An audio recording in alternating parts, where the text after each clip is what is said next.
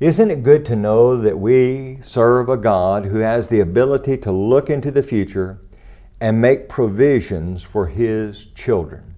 Welcome to this, your daily 180 Bible study. That's the idea of providence, the idea of looking ahead. You know, as a parent, I have the ability to look ahead based upon history and my experiences and say that most likely you'll need to make these preparations, son. I can do that, but not perfectly.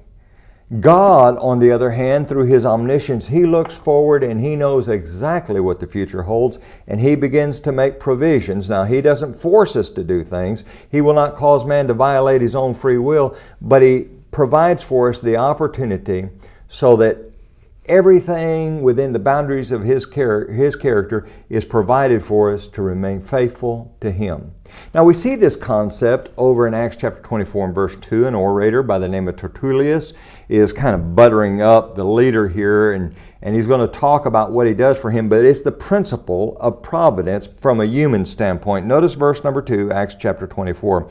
And when he was called upon, Tertullius began his accusation, saying, "Seeing that through you we enjoy great peace and prosperity, is being brought to this nation by your foresight." That's the idea of providence. Here this leader is looking forward and he sees what the nation will need. But that's from man's standpoint, because you see, the reality is man is limited.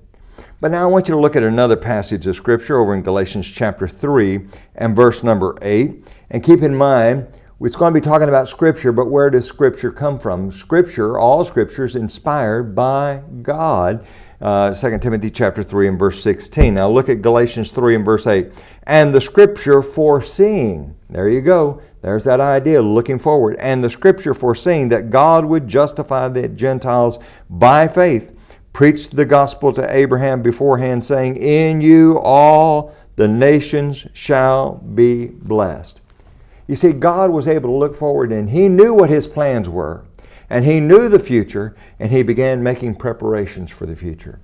Now that's exciting, to realize that God has the ability to look forward, but not only does He have the ability to look forward, He has the ability and the desire to make preparations for you and for me. Join us again tomorrow for your daily 180 Bible study.